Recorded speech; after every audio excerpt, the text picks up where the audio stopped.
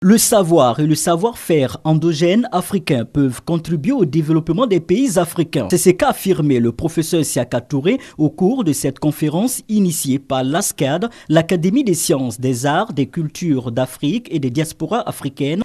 Selon ce chercheur de l'université Félix Houphouët-Boigny d'Abidjan, les sciences africaines contiennent des pouvoirs de créativité et de productivité qui peuvent aider à répondre aux questions d'ordre économique et même résoudre les problèmes de développement.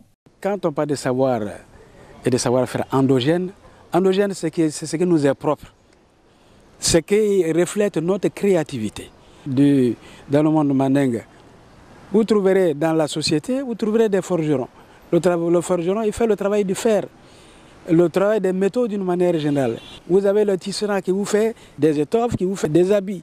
En valorisant effectivement le savoir-faire en termes de tissage local, où on a abouti à quelque chose qui non seulement a créé une dynamique au niveau national, mais au niveau international.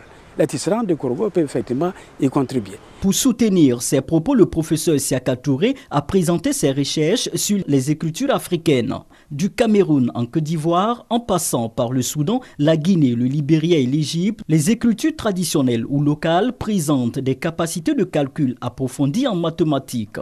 L'initiative de l'ASCAD est appréciée positivement. Je ne savais pas qu'on pouvait faire des mathématiques approfondies dans les langues africaines. C'est aujourd'hui que je viens de le découvrir et j'avoue que c'est vraiment impressionnant. Ça peut servir, contrairement à ce que d'autres personnes auraient pensé, que l'Afrique n'a pas d'histoire, l'Afrique est limitée à l'oralité. Société savante indépendante, l'Académie des sciences, des arts, des cultures d'Afrique et des diasporas africaines est un organisme public spécial rattaché à la présidence de la République. Au sein de l'ASCAD, l'on retrouve des scientifiques, des philosophes, des écrivains, des artistes, des créateurs et des inventeurs.